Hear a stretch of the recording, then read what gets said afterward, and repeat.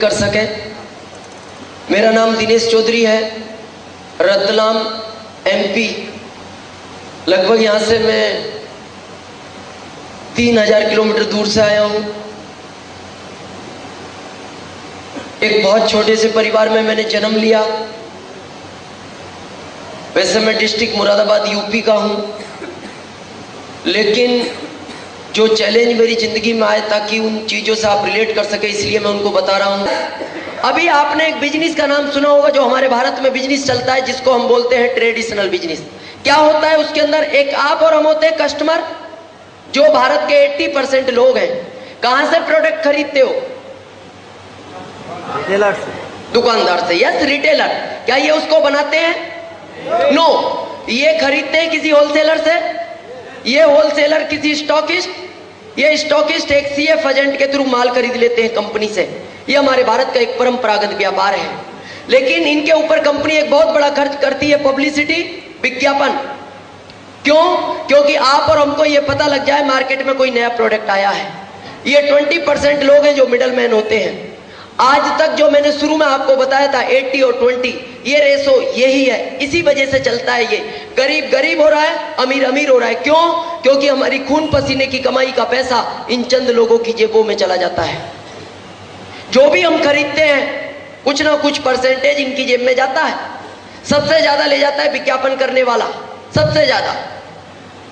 लेकिन मेरे को बताओ, क्या विज्ञापन सच है? नो। लेकिन आज भी भारत में 80% लोग विज्ञापन देखकर माल खरीदते हैं, लेकिन आज तक कोई भी विज्ञापन सच नहीं है। छोटी सी बात मैं विज्ञापन के बारे में आपको बताऊं। कुछ समय पहले 3 करोड़ में शाहरुख खान कमांडर सिगरेट का विज्ञापन करता था, आपने देखा होगा। तीसरी मंजिल पे चढ़ता है, एक सिगरेट पी के और कूद जाता है, और नीचे आने के बाद गिरता नहीं, वो खड़ा रहता है और बोलता है अपने अंदर जो जोश है वो इस सिगरेट के पीने से है।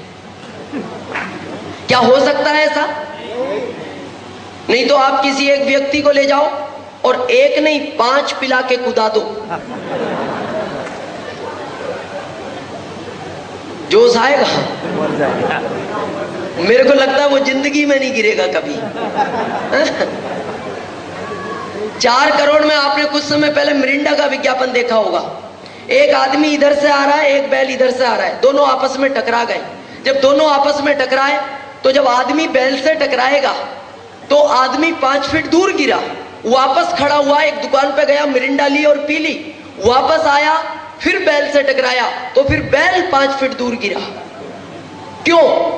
उनके कहने का मतलब है कि इसमें इतनी ताकत है, इसको पीने के बाद अगर गलती से भी बैल से टकरा गए तो आपका कुछ नहीं बिगड़ेगा, वो जो भी बिगड़ेगा बैल का बिगड़ेगा। क्या ऐसा हो सकता है? नहीं। डाउट हो तो आप एक बार प्रैक्टिकल करके देखना। डाउट हो तो मैं नहीं कह रहा, अगर आपको डाउट हो ऐसा, ये कह रहे हैं कि ऐसा हो सकता है, नहीं हो सकता। आज 12 करोड़ में ऐश्वर्या टीवी पे आके बोलती है मेरी सुंदरता का राज है लक्स इंटरनेशनल, और हम इसलिए ना रहे हैं शायद नंबर लग जाए। कितने लोगों को विश्वास है लक्स के नहाने से आदमी गोरा हो सकता है किसी को? मैच देखते हो? मैच अगर लक्स के नहाने से कोई गोरा होता, ये साबुन आज सबसे ज्यादा वेस्ट इंडीज और साउथ अफ्रीका में बिकता, जहां पूरे के पूरे देश ब्लैक एंड व्हाइट है, वहां कलर्ड नाम का कुछ नहीं मिलता और वहां कोई खरीदने को तैयार नहीं। और दोस्त, यही कारण रहा, आज जो भी प्रोडक्ट हम 100 में खरीदते हैं, कंपनी में 50 रुपए की लागत में बनता है, 9 रुपए कंपनी का प्रॉफिट होता है, 59 में चीज बनती है और कितने में मिलती है? 100 में। और बीच का 41 कहां चला जाता है? इनके पास। क्या ये क्वालिटी में कोई सुधार करते हैं? बिगाड़ने का पूरा अधिकार है, और ये झूठ बोलने का करोड़ों रुपए ले जा रहे हैं। और दोस्त, ये बात आज तक हमारे समझ में नहीं आई, लेकिन ये बात आज के 55 साल पहले अमेरिका के अर्थशास्त्री समझे। उन्होंने कहा इन बीच वाले लोगों को बीच में से हटा दो, क्योंकि ये क्वालिटी में कोई सुधार नहीं करते, इनको बिगाड़ने का पूरा अधिकार है, कोई सुधार नहीं करते। तो वहां की गवर्नमेंट ने कहा फिर इस जनता को माल कौन देगा? कंपनी ने कहा आप इसकी चिंता मत करो, मैं इसको डायरेक्ट माल दे सकती हूं, माल ओरिजिनल मिलेगा क्योंकि डायरेक्ट मिलेगा। बोले इसका क्या करें, ये बच गया तो वहां के अर्थशास्त्रियों ने कहा ये पैसा इसी को वापस कर दो, ये इसी के खून पसीने की कमाई का पैसा है, और इसी बिजनेस का नाम रखा गया DSM, डायरेक्ट सेलिंग मेथड। मेरे को एक चीज बताओ, कंपनी डायरेक्ट माल दे और बीच का 41 वापस आए और माल ओरिजिनल मिले तो कुछ टेंशन है क्या? नो? बताओ, इतनी सी बात बताने के लिए मेरे को रतलाम से बुलाया गया? ये भी तो बता सकते थे जिन्होंने आज आपको इनवाइट किया। लेकिन पता है मेरे को क्यों बुलाया गया है? प्राकृतिक का नियम है, आदमी का नेचर है, अपने वाला अपने वाले से कभी नहीं समझता और ना समझेगा, कभी नहीं समझता ना समझेगा। आप अपने सगे भाई को कितना भी समझाओ वो आपसे नहीं समझेगा, पड़ोसी से मिला दो 3 मिनट में समझा देगा। नियम है ये, अपने वाला अपने वाले से कभी नहीं समझता। यहाँ टीचर है, कोई टीचर हाथ खड़ा करेंगे? टीचर, जो भी टीचर हो प्लीज एक बार हाथ खड़ा करें। Thank you. आप इनसे पूछ लेना, इनका बच्चा इनसे नहीं पढ़ता। नहीं पढ़ता। ये क्लास में एक साथ 100 लड़कों को पढ़ाते होंगे, लेकिन इनका इनसे नहीं पढ़ता, क्योंकि अपने वाले के कभी बात समझ में नहीं आती, उसे तीसरे के पास भेजना पड़ता है। आज आप RCM की बात करते हो तो लोग आपको बोलते हैं क्या गारंटी है RCM से अमीर बन जाएंगे? आता है ये प्रश्न, क्या गारंटी है RCM से अमीर बन जाएंगे?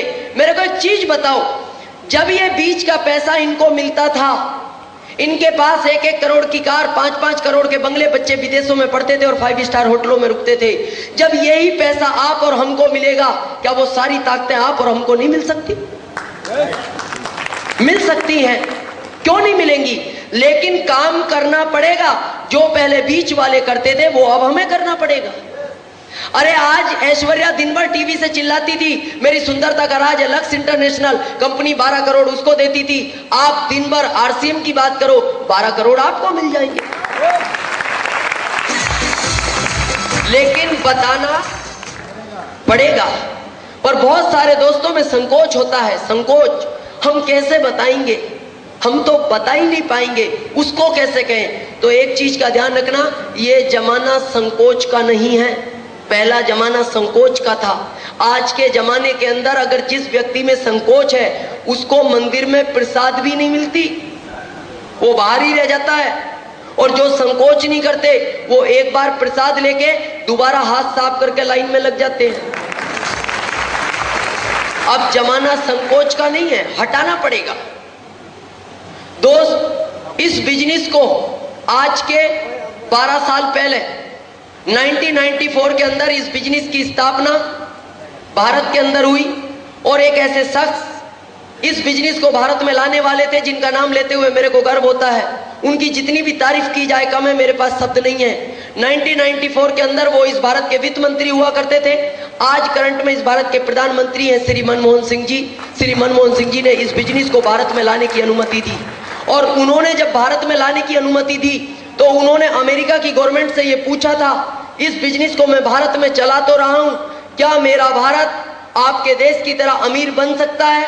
तो अमेरिका की गवर्नमेंट ने कहा था, मनमोहन सिंह जी आपका भारत अमीर नहीं, अगर ये बिजनेस भारत में चला तो आपका भारत वापस सोने की चिड़िया भी बन सकता है।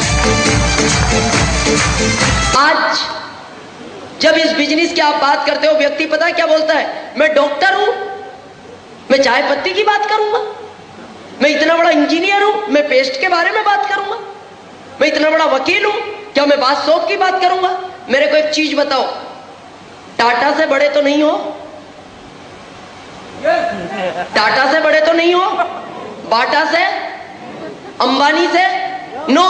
तो मेरे को एक चीज बताओ, टाटा जैसा आदमी नमक बेच सकता है, बाटा जैसा आदमी चप्पल बेच सकता है, अंबानी जैसा आदमी आम बेच सकता है, तो आप इसका कंप्यूटर क्यों नहीं बेच सकते?